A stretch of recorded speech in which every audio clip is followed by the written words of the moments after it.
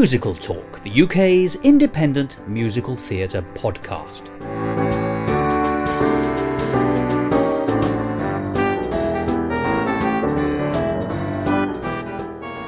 Hello and welcome to another edition of Musical Talk. I'm Thos Ribbits, the man who puts the arse into arsarsins.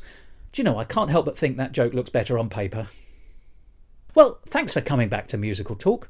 Unbelievably, this is our 11th year of broadcasting. And not only that, we've been to 11 Edinburgh Festival Fringes in that time. And so what better way of proving it than continuing the conversation which we started last week with Michael Gordon Shapiro, the noted composer, lyricist and book writer. He and I caught up again in Edinburgh this year to talk about some of the shows which had caught our fancy. And of course we did see some of those shows together, and we saw many of them apart, so it's always quite interesting to do the analysis. And I hope that's true, because that's what you're now going to hear, as we listen to the second part of that conversation I had with Mike.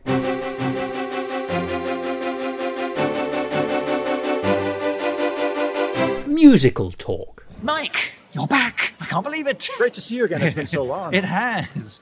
Thank you again, Mike, for coming to talk to me about the shows that we've seen both together and apart here at the Edinburgh Festival Fringe 2017. I've really enjoyed the Fringe this year, but as always, and I said this last time, we know that the great thing about it is you can take chances. You can see shows which you know nothing about and think, well, that's relatively cheap, I'll get a taste of it. And if it's rubbish, all I've lost is an hour of my life and £5. And if it's marvellous, then I've made I've made a friend of a show for life, shall we say, because you do stay in touch with the things you like if you can. I will say I've seen some absolute balderdash, and I know that you've seen some absolute balderdash because you and I have seen some balderdash together. Indeed, though I use stronger language than that. But. Yes, and some shows which are deliberately strange and weird are sometimes worth touching on. But let's go for a show which is actually incredibly mainstream and is coming to London from the Fringe. In fact, in some senses, this is being used as a sort of tryout for the London run, which I think is at the Arts Theatre, although I'll have to check that. And that's for The Toxic Avenger. Now, I didn't know anything about this at all. I didn't know it was originally a film. In fact, you have a much better knowledge of its predecessor, if you like. So I'm afraid I'm going to bow to your greater knowledge. Where this is going. Yes, I wondered if you might tell us the history, as far as you're aware of it, of the story. Because actually it's not a new... Well, it's a musical based on an older piece, isn't it? It is. The source material is a movie by Roger Corman, who in the US is infamous as a producer of extremely low-budget science fiction films back when there was a big difference between having a lot of money and very little money. These days, computer graphics are used to assist our imagination when it comes to science fiction, but the state of the art back then was very primitive, so you had practical effects and nothing else. So Roger Corman would make these laughable yet endearing bad movies, and of which Toxic Avenger was probably the most famous. And it's one of his later ones, isn't it? It's an 80s. I think so. Because I think of Corman as a 60s producer, but he obviously had a career that went over many years. He is known here, but not widely. But when he is known exactly in the way you've described him, for sort of lovably cheap, often quite imaginative sometimes, films. There might be a parallel to be drawn with Hairspray, which was also another cult film that was transitioned into being a very mainstream compatible musical and was very successful. Which brings us to the musical adaptation of The Toxic Avenger. Now, for those of you who have memories that go back to the 1980s and have managed to retain them, you'll remember that it was the first inklings of sort of ecological interest, actually, and it was still called Green Issues and Ecological Interest at the time. In fact, I seem to remember that Superman 4, the film, was all about ecological threats to the planet. Obviously, we've all become a bit more sophisticated on that now, and indeed the threats are possibly rather more pressing. But I think we can trace back to the 80s what can only be described, I think, as well-meaning, very naive first inklings of green politics.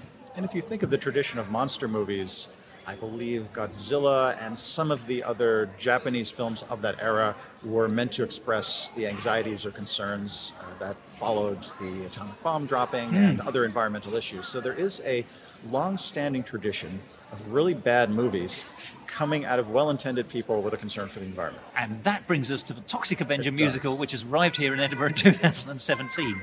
Now, this has been produced by Katie Lipson, who I think is one of the more dynamic producers in London, and I admire her very much for what she does. I also loved her Drood a few years ago, The Mystery of Edwin Drood, and I've had the privilege of speaking to her in the past. So I think she's a known commodity, and I like what she does. I also like her nose for shows. if such a thing can be said. But I didn't know anything about this. So going into it, I remember you and I discussing how it was going to be pitched. Whether it was going to be... Well, it seems almost impossible to think how it might be done, but whether it was going to be a serious adaptation of the Toxic Avenger or whether it was going to have a lot of fun. I think it was revealed to us very quickly that it was going to have a lot of fun, and my personal view is that's exactly the right pitching for this show. I'm inclined to agree, but I would offer a different distinction, and that is, I think it's a false alternative to say a serious adaptation of what's obviously a campy movie versus fun. The distinction I look for is something that is sincere versus strictly sarcastic and parody-like. And there are many musicals that I feel aim for the parody angle and don't make any attempt to engage our legitimate emotions, that's a poor way of putting it, make no attempt to create a connection with the character in a sincere way. A non-parody example, I think, is Urinetown, which is all a sarcastic commentary on musical theater as such. So the question in my mind when I approached the show was, are we going to really connect to these characters, or is it just going to be a goofy laugh with no real emotional bond? And what was your conclusion?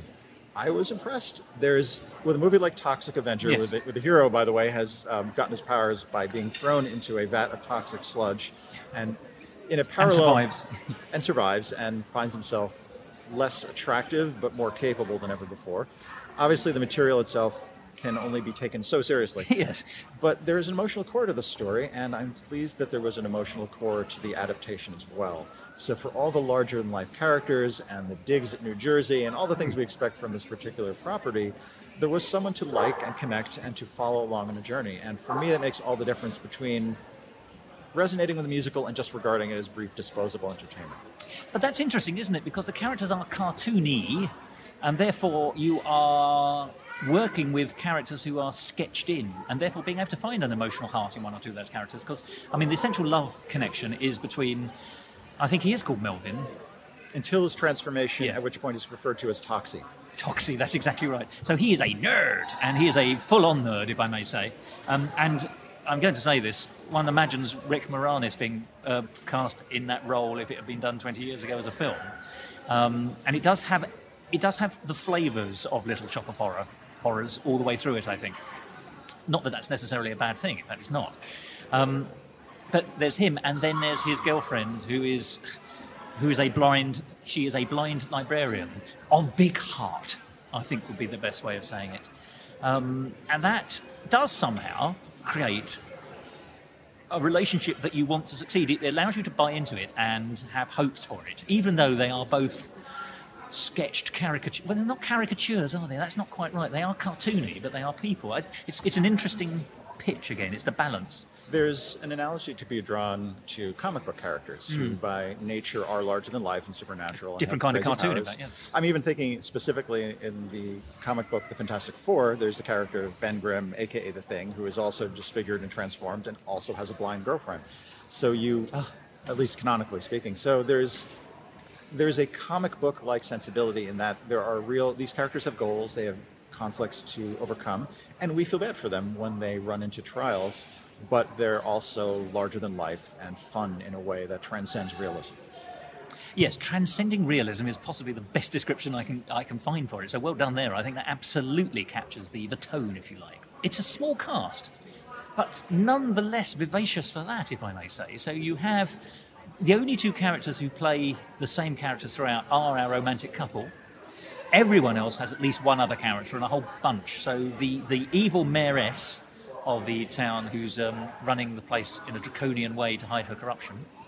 And she comes on, by the way, in the most wonderful 1980s big-shouldered leather triangular jacket. I mean, if you want 1980s writ large, I mean, that one item of clothing alone is nostalgia value alone, I think. She might as well have come in on a C5.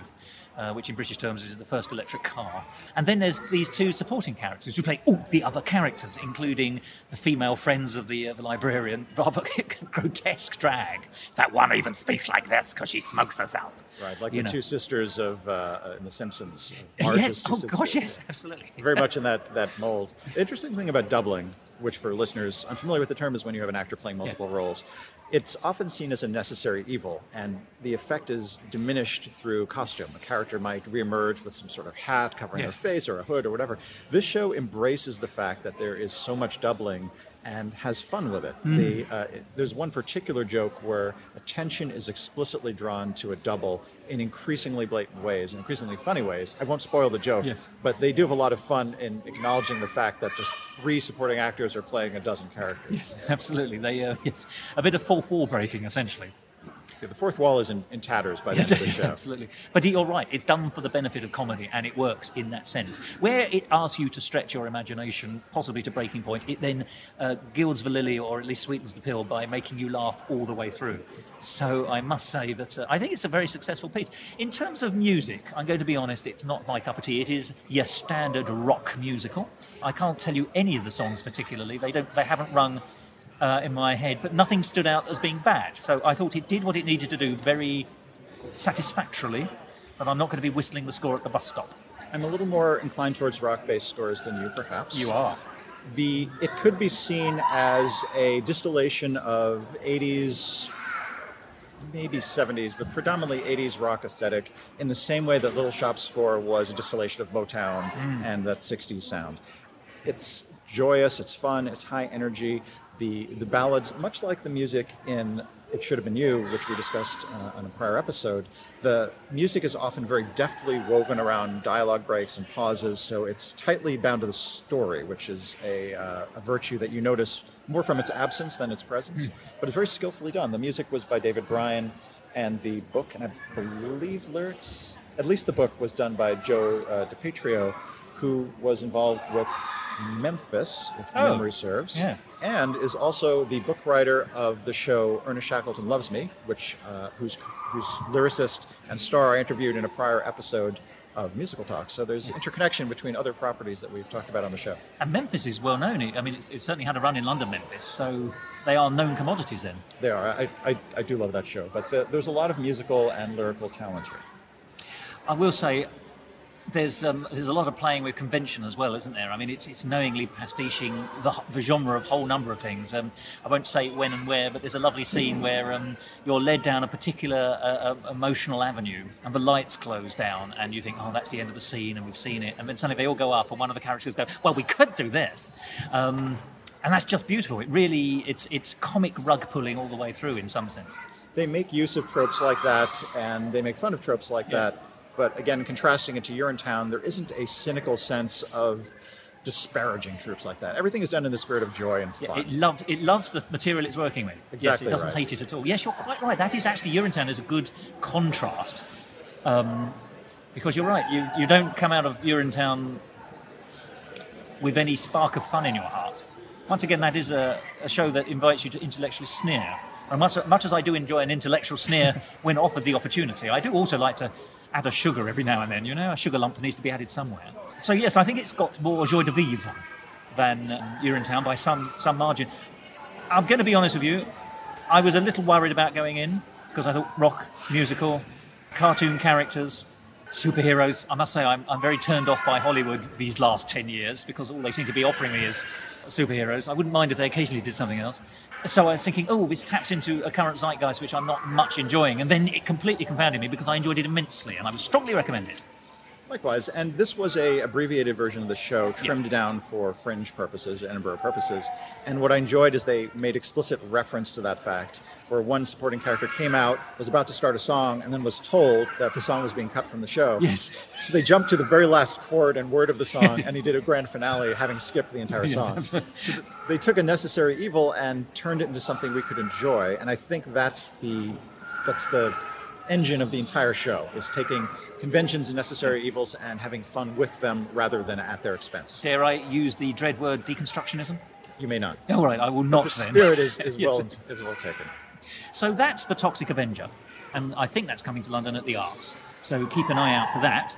But let's talk about a very different kind of science fiction story. Now, I haven't yet seen this, but I'm intending to. But it's Lawrence Owen, who listeners may remember from previous years as being the man behind Cine Musicals and Cine Musicals High, who's a film composer who writes tremendously witty songs and weaves narratives in which he inserts songs. This year he seems to be travelling in a slightly different direction because he's doing The Time Machine, and you have seen it.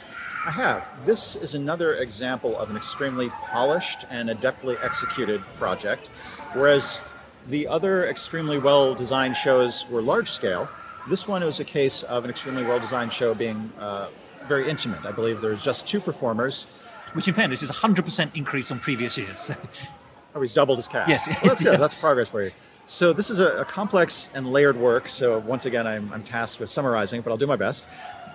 If you imagine H.G. Wells' classic story, The Time Machine, transformed into a radio drama, kind of early 20th century style, or 30s, 40s era. Orson Welles, like, for War of the Worlds. Exactly right. With a framing device of the banter and back and forth and minor technical issues of the radio performers being part of the show. Oh, wonderful. So there's 3 layers. There's the framing device and the issues that they have in trying to put on the show, and a little bit of back and forth and struggle between an ostensive composer, narrator, and his producer, as well as the fact that it is an adaptation within a show of the H.G. Wells story, and at the core you have the H.G. Wells story. So there's a lot to digest, and it's thrown at you very quickly. You're just dropped in the middle of the scenario of this radio production, and the producer's already criticizing some aspects of the source material, saying, well, this character in the book you've mentioned doesn't really do anything. Can we drop him from radio because they're not going to hear him? So lots of really fun thinking through of what does it mean to bring this story to radio. But the core... This is adapt this now, show you're working, by the sound of it. Exactly yes. Right. So there are a lot of fun things happening. The whole thing is extremely witty and entertaining for a number of reasons. And at the core is an interesting story by H.G. Wells, which you can experience even through this comedic filter in its own right. So there's still respect there? There is. Once again, we have some fun being taken with the source material, which is obviously from another era and has its own conventions, yes. As well as... It's also an archetype. Very much so. It was one of the earliest mainstream science fiction stories. But there's also some humor at the conventions of the radio drama framework, such as the advertisements for obviously horrendous, unhealthy products like there's a cigarette ad, and I guess as was the tradition of the time, the sponsors are somehow tied into the material of the story. So, can I ask, is it set in America or is it set in Britain? Is it a British radio station or an American one? I couldn't tell you because both performers were British, so I'm inclined to think... Because we did have commercial radio in the 1930s. This is just a historic sideline, but it couldn't be based in the country. So we had the radio stations, Radio Luxembourg, Radio Normandy. So they basically ran European radio stations would point an aerial at Britain. They would entice British performers over, or more likely, they would actually get British performers to record records of their radio programs, which would then be carried over to Normandy or Luxembourg, and then it would be pointed back at Britain, and then it could be sponsored because it was sponsored commercial radio, which was illegal in Britain at the time. So there's very, very few recordings of the period from commercial radio, but it did exist, and there are some fantastic big band programs by one of my favourite big band leaders, who's called Carol Gibbons. He's a gentleman, but he's called Carol Gibbons. He's actually an American man who's hugely talented. He took the Savoy Orpheans to great heights. This is an area of great interest for me, and I hope other people. But if you listen to the few surviving radio programs in that period, they say Hartley's jam. Other competitors put sugar in theirs, but we use the most natural fruit in all the world. And now here's Carol Gibbons and his group playing you the latest hit songs. So, and every now and then it will come back and say, have you ever noticed the flavour of our competitor's jam? It's horrible, isn't it? Ooh, ours is gorgeous. Listen to more music. So it's quite overt advertising. And I will just finish the story very briefly. And the reason there's so few archives of this period, of the commercial radio, is because all the records were stored in an archive in France. And then when the Nazis invaded in 1940, they were all destroyed. So there's almost no archive. I apologise, that's just a side route, but just trying to point out to some clever dick who might say there was no commercial radio in Britain in the 1930s. There jolly well was. See me for more details. Well, you've preempted that complaint thoroughly. Yes, thank you. Now come back, listeners. Yes. So what was I going to say? So a lot of the fun is the fact that Lawrence Owen is such an adept performer.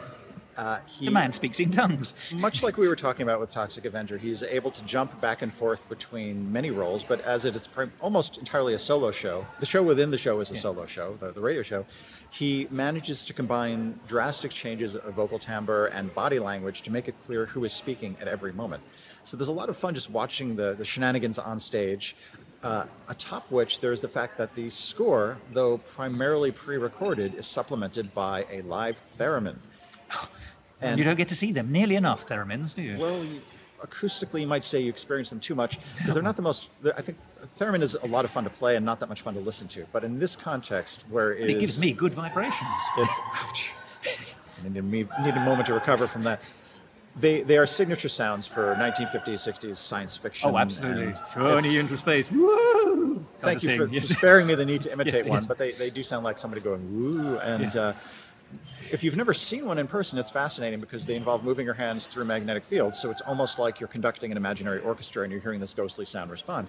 So even though I wouldn't normally want to listen to a theremin, in this context, it was a lot of fun. And seeing him alternate between theremin and singing to his pre-records and embodying all these characters, it's just great showmanship. And it provides a lot of entertainment value on top of the inner narrative of the story and the outer narrative of his relationship and his back and forth with his producer. So there's a lot to enjoy, and it's presented very tightly and with great expertise. He is a crisp performer, I think. He is. There's no fat on this show. It just moves very quickly. The interesting thing about it is, I would argue it is more of a play with music than a musical proper, in that most of the important story points do not happen in song. There's one song early on that has a kind of expository function, but even that is not critical. So you're mostly in for a good time, which is supplemented by songs which are colorful, they are underscored and orchestrated very adroitly, and sometimes they're disposable. They provide entertainment, but it's not a book musical in the sense that we need those songs in order to understand and enjoy what we're seeing. But it enhances the enjoyment of the piece. As you say, it's a play with songs. Absolutely. Yeah. I wouldn't want them to disappear. They have a different relationship with the narrative than in a traditional book musical. Let us talk then about a new British musical, which we've both seen but we didn't see together, and that's Forgive Us, O Father. It's a culturally British musical, and it is indeed a British musical. Well, it starts, interestingly, with a murder. The vicar of a parish is being kicked to death by his parishioners, which tells you all is not well in the parish of wherever it is. And then we move to purgatory, rather splendidly, where 4 archangels, including Gabriel and Lucifer, who are pretty much the gatekeepers of all exits from purgatory, are questioning the vicar about whether he's good or bad, and therefore casts the rest of the show into flashback about how he got to where he is. It's not quite merrily we roll along and how do you get to be you, Mr. Vicar, but it is a show about how someone gets to the point where they're murdered by their parishioners if they are their local vicar. In that sense, it has something in common with film noir, where you'll often have a murder or striking event at the opening and the rest of the film shows you how you reached that point. I was now dead, but it all started when the Dane walked into my office. I want to report a murder. Whose? Mine. Yeah, exactly. Very good. So, funny enough, we've used the word farce already in our discussions. It is a farce of sorts. He is a Catholic vicar because he holds confession, and we are privileged to hear the confession, unusually. And he has a bunch of absolutely appalling residents in his local area, all of whom are incredibly self-serving, and also only hear what they want to hear. So essentially, the plot narratives are, the drivers, are that each of his parishioners manage to get themselves into all manner of trouble. He gives them relatively good advice, I have to say, in a very kind of uninterested way. He's not a very attentive vicar. But he gives them advice which they mishear or misunderstand or misinterpret, often willfully, and then essentially corrupts the advice they've been given, and they go off and do the complete opposite, which then have other effects which lead to more of the same. And it builds up to a beautiful cacophony of chaos, which is where everybody's life is completely ruined in the village. They go back through the blame game, so echoes of Into the Wood again. It isn't my fault. In fact, it has the line, it's your fault. So they all go around blaming each other, and it gets back to, instead of the witch in this case, the vicar, who they then proceed to beat to death, which takes us back to the beginning of the piece. And then there is the redemption or otherwise, which I won't reveal in case you're going to see the show. But to me, it had the structure of a farce. And I thought, whilst, like everything else, it could be tidied up or tarted up a little bit, I liked the dynamic of everything eventually, apparently inexorably, leading to the death of the vicar. So I thought structurally I very much liked it. That's in narrative terms. What did it seem like to you, forgive me, as a very British piece? What I liked about it was, though it was what we might think of as a light diversionary piece, it's fun time to spend 50 minutes and then move on, it did everything right from a story standpoint. Those crucial columns that hold up the structure of a story were all there. We had a character we connected to because his intentions were good, even if his results were disastrous. There was something he was very eager to do, which was get into heaven as opposed to ride the proverbial path to hell on good intentions. And there are all these obstacles towards his goal. In this case, they were in the past, and they were being revealed to us in the flashbacks, but they were still there. He wanted his parishioners to live well and be content, and they were entering disaster after disaster, unwittingly fueled by his well-intended advice. And because all those story points were there, and there was a twist at the end, something that's not obvious given the setup, it was very satisfying as a story. So even though it wasn't trying to be extremely deep or profound, it worked very well. And I would argue it did so because it attended to the needs of craft. Craft, I think, is the word. And I think its strongest foundation stone was for narrative. I enjoyed the score, but I think it's a narrative that held everything up. I will say, let's get back to the issue about how can you connect with characters. Very few people in it were very nice. It was not a piece populated by sympathetic characters. In fact, quite the reverse. They're entirely hateful. And even the vicar himself, irrespective of the twist, is actually a little bit phone it in. He's I don't mean that in a performance. I mean as a vicar, he's rather bored of his job, and is much more interested in doing number puzzles in a book than actually giving out helpful advice. So he doesn't frame his advice very well, perhaps. But he's not that sympathetic. In fact, I didn't warm to him as a character particularly. But you do feel, I suppose you feel for him rather than with him. Is that possible? I suspect that's where I was. I sort of, if you go to the theatre a lot as we do, and you also understand the tropes of the theatre, when the arrows are pointing to the character you're supposed to have some connection with, you're looking for the one who you're supposed to connect with, even if the connection is sometimes just the acknowledgement that you have a connection with them because that's the central character, rather than because you particularly like them or have sympathy with. I'm not sure I'm defining that awfully well, but that's certainly where I wouldn't want to meet any of those characters under any circumstances. But I really enjoyed the piece. I think you're putting your finger on what I would consider to be the one flaw in the storytelling, in that the vicar could have easily have been, subjunctive tense, the vicar could have easily been presented to us as extremely earnest, extremely concerned for the well-being of his parishioners, and then just bungling everything. And I actually think that would have been a better approach because it would have been clearer and it would have resolved your hesitation in connecting to him. He was simultaneously presented as a little detached and unenthusiastic about his job. As you say, he liked to do Sudoku, and instead of, I think his confessional hours were like 10 to 10:30 a.m. on Tuesdays. And I think it was actually slightly shorter than that. But yes, it was very reduced service, wasn't it? There was humor mileage out of the fact that he was sort of middling enthusiasm, but I actually think it would have served the story better had he been more consistent. So that is an area where I do criticize the story as a story. He does do something surprising, doesn't he? He does. And which drives the last part, but it does. It's almost too surprising. I agree. I think if he were portrayed as earnest from the get-go, it would have been a little easier to accept him. That having been said, because I could see his intentions in giving advice were good, I was able to connect to him in that distinctly musical theater-y way where we have to bond with a character to really care about what they're singing. An interesting point you raised was that the supporting characters, those he was trying to help, were across the board unlikable, and in a cartoonish way. Yeah. Normally, I rail against the assignment of songs to secondary characters, particularly when we don't really like them. And this was an interesting exception to that rule. It was an exception that reinforces the rule, actually. It was only superficially an exception. Because the vicar's goal was to get into heaven. He needed to get into heaven, and in order for him to get into heaven, his parishioners needed to do well in life. Yeah. So hearing about their complaints and problems is actually relevant to the needs of the guy we like. Oh, I see, yes, because they're adjuncts to his needs. Exactly. Yes. So for that specific reason, their well-being was of interest to us, and it therefore transcended the usual rule of not giving songs and lots of exposition to minor characters we don't care about. They were they were his mission. I agree with you there, and it's very interesting because I hadn't stopped to think about that. That's a very neat point you've identified, and I think a very fair one. I commend you because I didn't clock that, and I should have. And and I think you're absolutely right. It was all for the whole. It's all cohesive then in that sense, isn't it? The archangels. I don't always like things that distance you from the actual drama. I hate narrative or narrator-driven plots, particularly when they're only narrator-driven plots.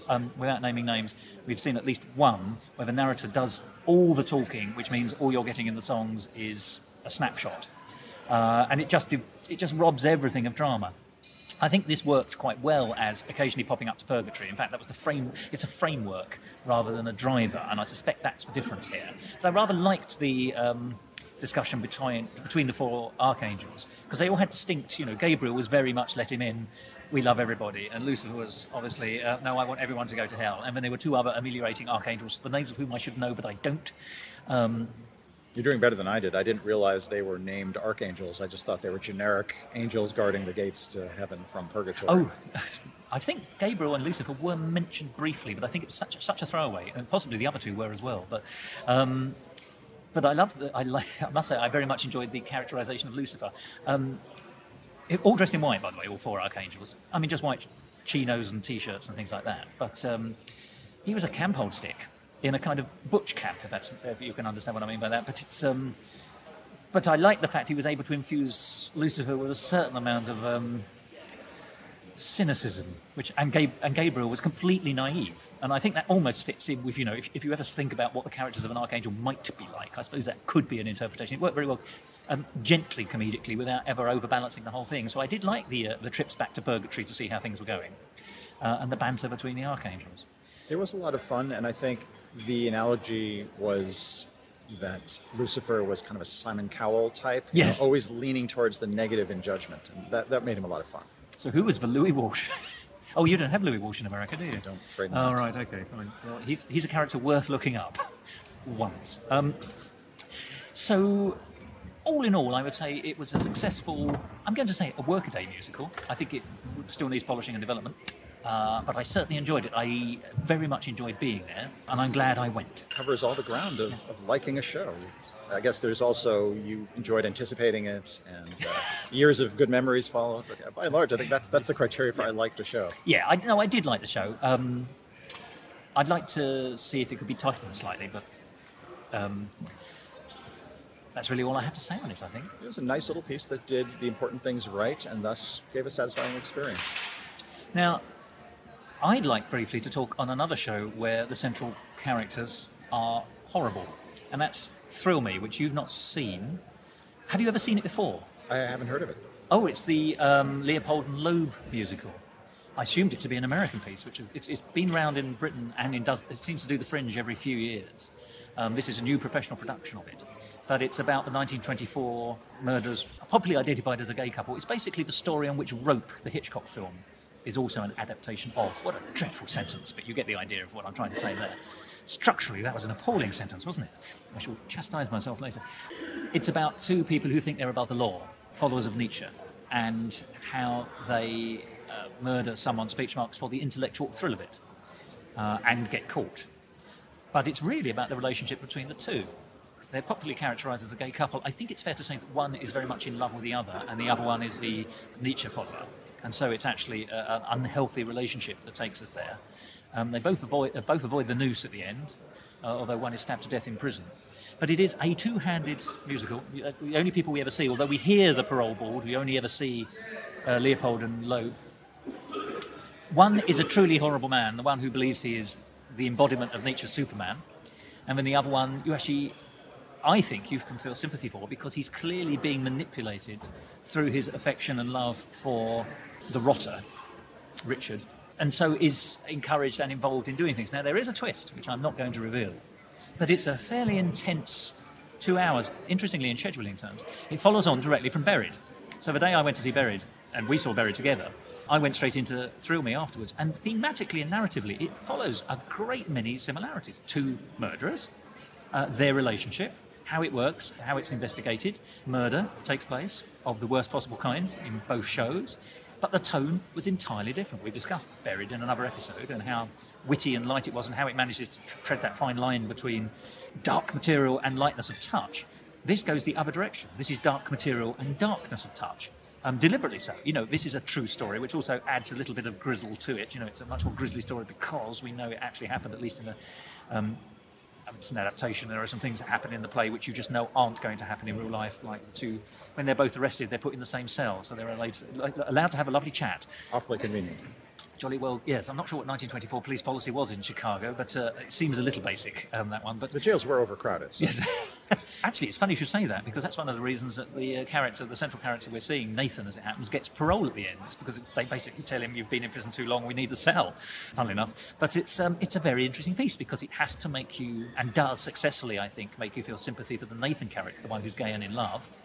And then there's this twist at the end, and you think, oh, have I been hoodwinked? I can't reveal the twist because this is a going concern, it's a national tour, but it's an awfully good piece. But just by it bookends Buried so completely that actually they do make the perfect double bill.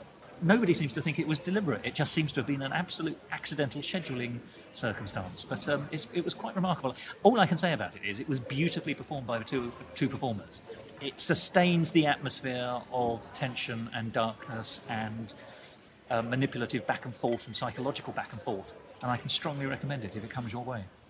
Speaking of recommendations, is there, of all the shows you've seen this year at Fringe, is there any that you regard as the most outstanding, or your pick of the litter? At the moment, I mean, there will be a pick of the Fringe, and I'm going to be honest with you, at the moment of what I have seen, the two shows I have narrowed it down to are Buried, and the other one is called Stop, the Musical. Now, you're yet to see this, but I know you're going to. I've got my ticket for it right here.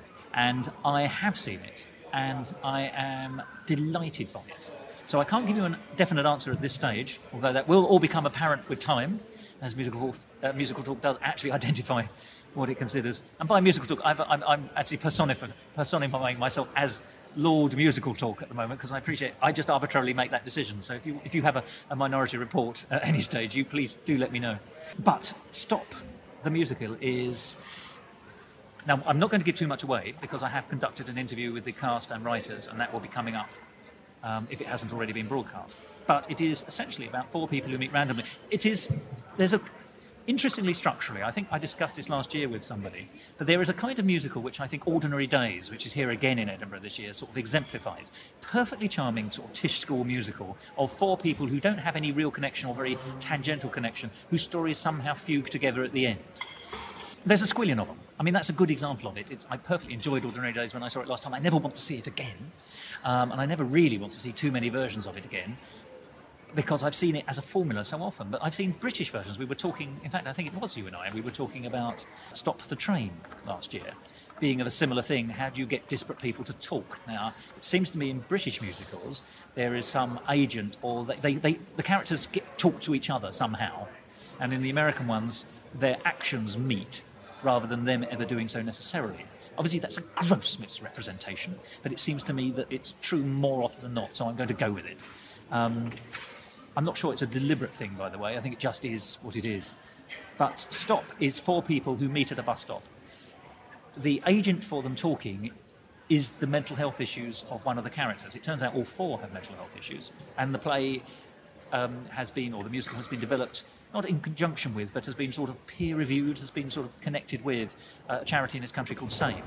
So it has actually been researched and is considered to be an accurate representation of different forms of mental illness. This makes it sound very grim and grisly. A bit. But it is actually much more uplifting and satisfying than you can possibly imagine.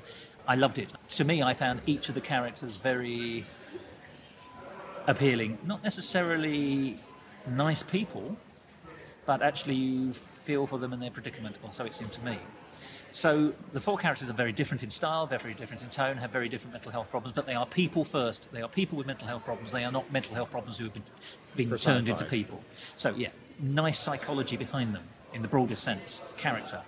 And the piece brings you a dark option and a light option. I won't say any more than that. Because I don't want to spoil it. But I think it's an extremely accomplished piece. I should be mortified if you see it and say you hate it. I hope you won't, and I'm sure you shan't. But I do think it's very much one of my two favourites this year, and I suspect unless I see something that really rates, I'm going to have to toss a coin between the two of them. So that would be my option for the Premier League of best shows. I mean, I'm ruling out things like Into the Woods, which was just beautifully done, but is a known commodity. I think the pick should be a new show. We're focusing on things original here. Yeah, new writing, because that needs to be encouraged. What about you? What's your top level? Either a show we've already discussed, or is there a show that we haven't touched on yet? If you think of my favorite as this black box that's taking input from various attributes of a show, such as craftsmanship and humor and pacing and how well it's done, and just sheer emotional oomph. So you have a big graphic equalizer of options which you're playing with. That's an analogous analogy. My favourite form. I'm torn in a couple of different directions, but I think the one that is most emotionally powerful, has been most emotionally powerful for me, was the aforementioned Atlantic, A Scottish Story, which I believe we discussed in the prior episode. You did. It is very not, positively. It's not as technically polished, nor is its story as tight as some of the other shows we've described. There's more room for editing and trimming, but the subject matter of longing and yearning and the need to deal with opportunities lost, and that it managed to put a positive spin on this topic, had such a powerful emotional resonance. I think that is the one I'm going to take away with me more than the others. So that gets my endorsement of the shows I've seen so far. I've not yet seen Stop. I'm scheduled to see in a few hours, so I might revise my opinion, but my praise for Atlantic will remain high no matter what. Oh, it's perfectly possible to have, it seems odd to say so, but is it possible to have more than one superlative? Let's superlative. Superbative. I've just added a B. Yes, I mean, I'm very buoyed by the quality of the good shows this year. I remember last year you were saying how pleased you were that there were some really good examples of show writing that you were impressed by. Not everything by any means, but there were things you could say that, look, there's still a healthy outpouring, apparently. And I think this year has proven that to me as well. I'm very pleased that I'm going to be able to go back to London, where I live, and after the Fringe, and say the good shows I saw were really good shows. And I am delighted that people are out there writing at this quality in tremendously diverse ways. Likewise, I always feel rewarded coming out here all the way from Los Angeles. Because yes, your commute's a bit longer than mine. It is. Yet I always feel it's worthwhile, because not only is there a variety of material to enjoy, there feels like there's a distinction from what I'd see at other fringes in the United States, like the New York Fringe or the Hollywood Fringe. There, without painting with too broad strokes, there are more historically driven shows here among the original material, which I find very interesting. And there's less a knee-jerk need to tie new material into contemporary politics, which I find extremely refreshing. So it's a breath of fresh air in both the proverbial sense and, since I'm from Los Angeles, the literal sense. Well, I'm not going to name names, but first of all, I agree with you. But there are many shows up here. I mean, I haven't seen them yet, but there's 2016, the musical, which I'm absolutely certain is going to mention Brexit because it's a British musical. There's Brexit, the musical, which I'm almost even more certain will mention Brexit. You'll see what's driving Britain at the moment.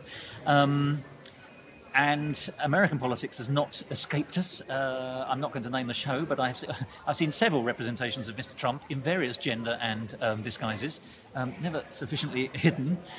And actually, whatever one's view of Mr. Trump, and obviously people are for and people are against, the representations have been so appallingly crass that actually it's not a fair representation either. There's an issue that when attacks become ad hominem, and it's about the person rather than about the ideas, actually you rather lose the moral high ground. And I've seen a bit of that this year.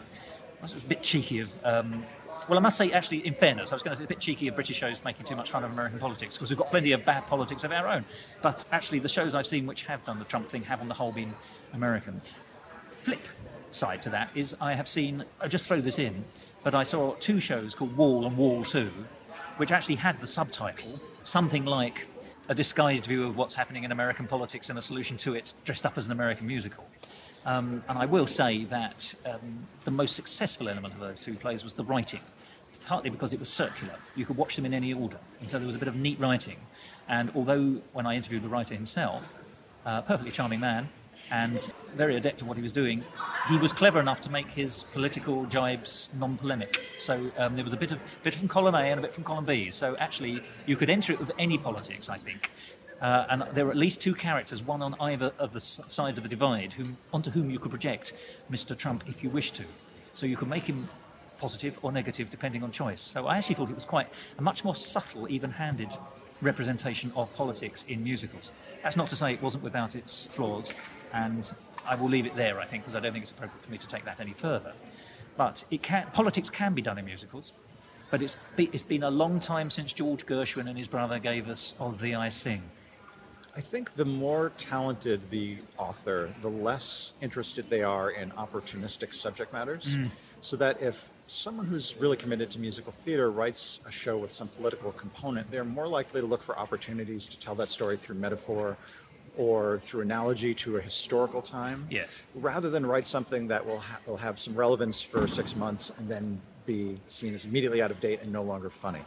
And there's so much effort spent in a musical. I think those who value their time tend not to want to squander it on a hit of the moment. It's one thing to do a song for a review, or, oh yes, of course. Tom Lehrer always managed to balance commentary and politics of the day with a kind of a paternal quality that makes his material forever listenable. But I tend to steer away from anything that smacks too much of the headlines because I just know it's not going to be that good. Well, do you know the great American songwriter, great American composer Raymond Scott? Of course. Are you aware, it's one of his lesser-known songs, but it was called Yesterday's Ice Cubes Are Water Today. I haven't heard that one. It's a great piece of music, but it's a great title. I'm not sure I can do anything to improve upon it, but I think that absolutely encapsulates the shelf life of topicality. I must say the topicality hasn't even been well done, but there we are, that's by the by.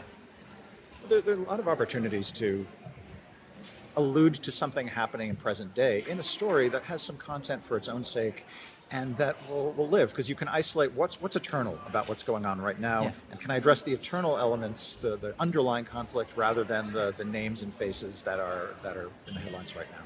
Although I suppose it's important to remember that you're quite right, today's tabloid headlines are completely gone by tomorrow, but some people managed to get into history. It's quite interesting to me that when I first started coming to the Fringe, which was 2006, 2007 I think,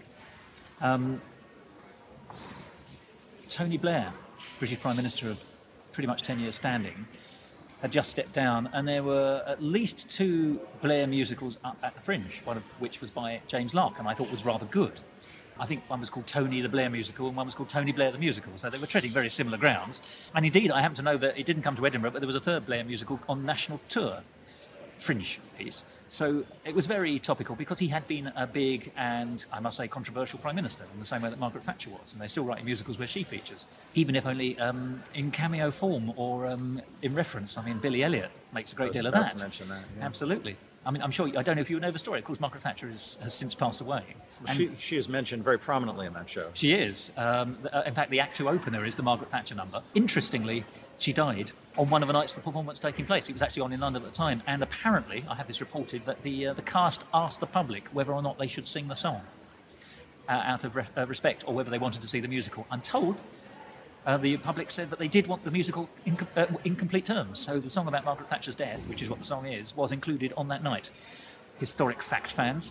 However, as I say, in 2007, Tony Blair the musical in various iterations was all over the place. And then obviously no Tony Blair stuff at all for years, because why would you? He wasn't Prime Minister, and then we changed Prime Minister again, and we changed Prime Minister again, and we've had the crash, and goodness knows what ever since. You know, the world has moved on its axis and away we go. This year, I can't help but notice, is the rebirth of Tony Blair the musical in a form, because there's something called Mac Blair up here this year by Charlie Dupre. I haven't seen it yet. But Tony Blair has now become a historic figure. 10 years is clearly the amount of time you need to still be remembered, and if you are, then new musicals can be written about you. So someone has clearly combined Macbeth with Tony Blair, I imagine. That seems to be the premise of it. But it's interesting to me that topicality, dormancy, historic interest seems to be the drive. You know, you could do a Churchill musical. You really couldn't do a Theresa May musical. I think the issue is you need to wait long enough so that the long-term import of somebody rises to the foreground, and all the controversy of the moment and the heated emotions of the moment, which is what I think a lot of these opportunistic musicals are trying to tap into, have faded away. So you're left with the story. And the historic judgment. Exactly. I mean, you may have heard of a Broadway musical that has an American politician in it that seems to be doing pretty well right now. We're talking Hamilton. We are indeed. We're alluding to it. It's because you can now look back upon him as a historical figure, and it's interesting that maybe a decade is all it takes. Although I think it's going to be a long time before we get Gerald Ford, the musical, isn't it? Hopefully eternity. Which is exactly how long it would feel like if we saw it, I suspect. Like you can insert a British Prime Minister's name almost at random in the same title to get the same joke. So obviously I like to think that's a transatlantic position we can take. Well, Mike, I think that probably wraps us up as we look into eternity, having just discussed it. I must say, discussing musical theatre review is a privilege for me, with you being a creative person and having insights I simply do not have. I hope the conversation has been sufficiently two-way, but I've loved talking to you, and I hope to continue to do so at the Fringe for as long as we can both bear each other's company. Well, speaking of eternity, I would like to continue going to the Fringe every year and talking with you every year, because this is always a blast, and I always feel humbled by your expansive knowledge and analytical insight. I know, folks, this is a mutual admiration society. We'll keep it short, but I always have a good time. Thank you, as do I. And see you next year. Likewise.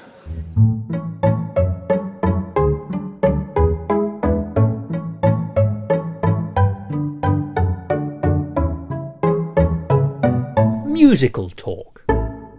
There we are, the very talented Michael Gordon Shapiro, and it's always a pleasure talking to him. I hope to do so again, many, many times. Well, I hope you enjoyed that little roundup of some of the shows which had interested us at this year's Edinburgh Festival Fringe. It's always great to hear new writing. And new writing is what I can offer you now, because Mike has very kindly allowed me to play a demo recording from his current work in production, The Bully Problem. If you want to find out more about Mike and his work, this show and others, go along to mikemusic.com online. But to give you a taste of some of the stuff that he can do, let's listen to this demo recording. The song's called Van der Boort, and the music and lyrics are by Mike Shapiro, as is the book to the piece, and the vocals you'll be hearing are those of Justin Wilcox, Jeffrey Scott Parsons, and Lindsay Ann Braverman. So, for now, I'm going to sign off this episode, but I'm going to leave you in the very safe musical hands of the wonderful Michael Gordon Shapiro. Enjoy this song, Van der Boort, from The Bully Problem. If there's something I've learned at my time at this school, it's the lesson that people are terrible.